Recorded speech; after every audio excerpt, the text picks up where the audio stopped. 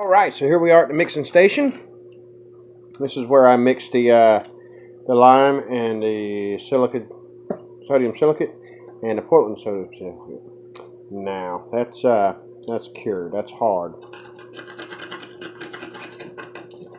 So it did cure. This here, it's not cured. It's still putty. So, let's do a little bit of this and paint the inside of the foundry and throw some CO2 in it and set that down in there as well and see what happens. Yep, so it doesn't really like to mix. You see how it does. It just kind of, yeah. But I'm trying to get it to that kind of Play-Doh consistency that I had yesterday without it sticking to me too awful bad, and it's getting there. It's just taking a minute for it to happen. Alright, let's get the foundry ready. First things we got to do is we have to seal up this hole right here. The carbon dioxide is a gas, and that gas is heavier than air itself. So, when it sinks down to the bottom, we don't want it to be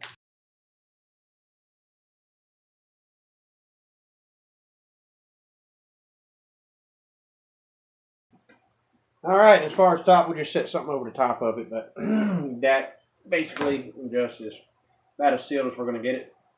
Carbon dioxide does come in a solid form. It's known as dry ice. It's not like ice with water. As dry ice melts, it evaporates into the air, releases carbon dioxide into the air. I'll put some baking soda in here, and I'll set this down in here, and then I will dump some vinegar in there, and like I said, cover the top. Hope it stays in. We got the hole sealed up, and I'll hoping this doesn't glue.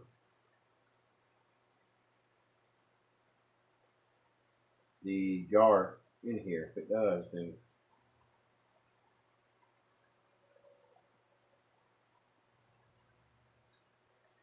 the fact that it is liquid silicate,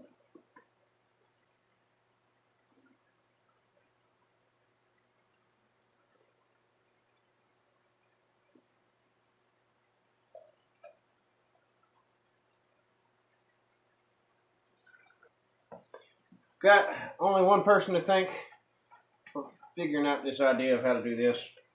Letting that do its thing, let's talk about what happened as far as using a lot of high oxygen atom containing stuff that and mixing it all together, creating a brick, and seeing how that works. Well, here's the problem. Under extreme heats, things go under changes. That's chemistry. That's thermodynamics. But calcium oxide has less oxygen atoms than calcium carbonate, just plain old limestone. Same thing with potassiums and stuff like that. You have to get it up to a high temperature and it breaks down and creates an oxide. So, use it as refractory. Raw materials, when they heat up, guess what they're going to do? They're going to break down and turn into oxides inside the mix. I don't think the sodium silicate would bind it or protect it enough to keep it from doing that. So, that idea is out the window because I believe that's all it's going to do is just crumble and fall apart. But I would like to have a good glue and keep on with the soapstone. So, that's where we're at with that. Forgot to record this, but just took the top off. Let's see if anything cured.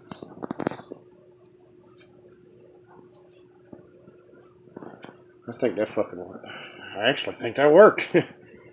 Wow. I mean, it's not completely cured, but for the most part, yeah, it is.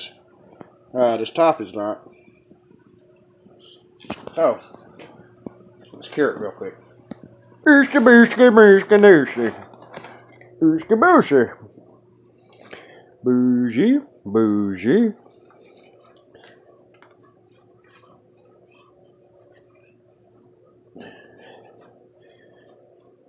Oh, I need some more. Alright, we'll let that cure on up and, well, not quite there. It will get there. Remember, it took a little while. So, we'll get back to it. Hold on. Well, I guess it's that time. We are pretty much cured up. I might be going a little bit too quick with this, but for the most part, it is. Cure it up. So we're just going to go with a light burn at first and go with it. Yeah.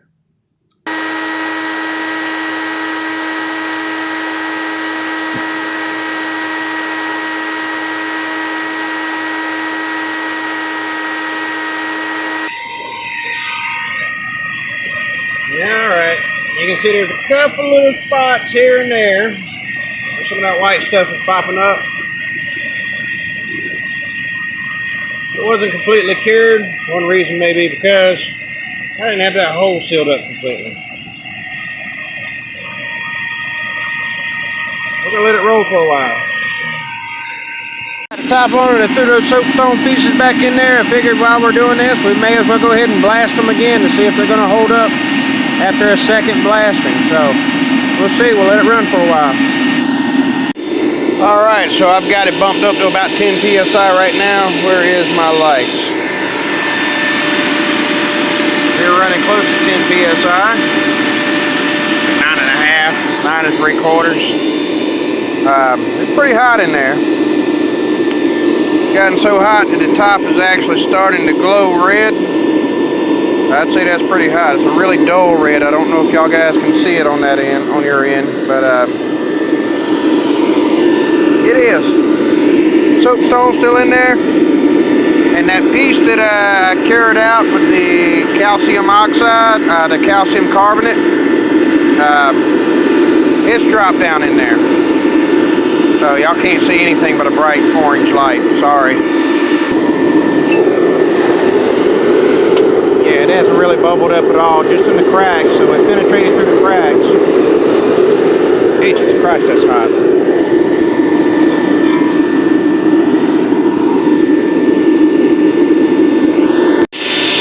Alright, we're running it right at 15 psi. Tank will start freezing up at that point if I leave it too long. But we are steady rolling. Oh, you can see it glowing red now. Yeah, she's pretty hot, so I'm about to shut her down and we're going to see what happens. That soapstone acting the same way. That calcium carbonate, the lime, and the sodium silicate, I don't know yet. I want to say it's breaking apart, but I'm not 100% sure. So, let's shut her down.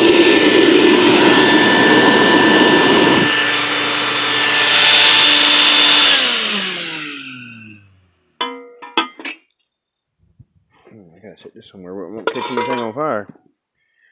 There's steel up under there. Alright, you can kind of see the pieces in there. Buddy, that is freaking hot. Alright, so the calcium carbonate is, as it cools down, it is cracking apart, just as I thought would happen. The soapstone, it's still good to go. Now, I ran this on 15 psi for quite a while, and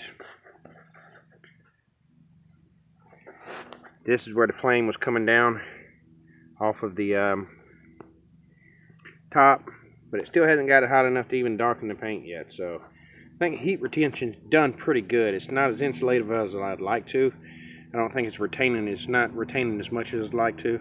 I think it's keeping it from coming through the walls, but it's pushing it all out the top, and that's not really what I was looking for in a refractory mixture. But hey, it is what it is. So I see white. I'm guessing that's the water glass. I'm not seeing a whole lot of bubbling. You see the top did really well. So it looks like the sodium silicate port. Wait. What is that I see? Did it not adhere? Some of it did.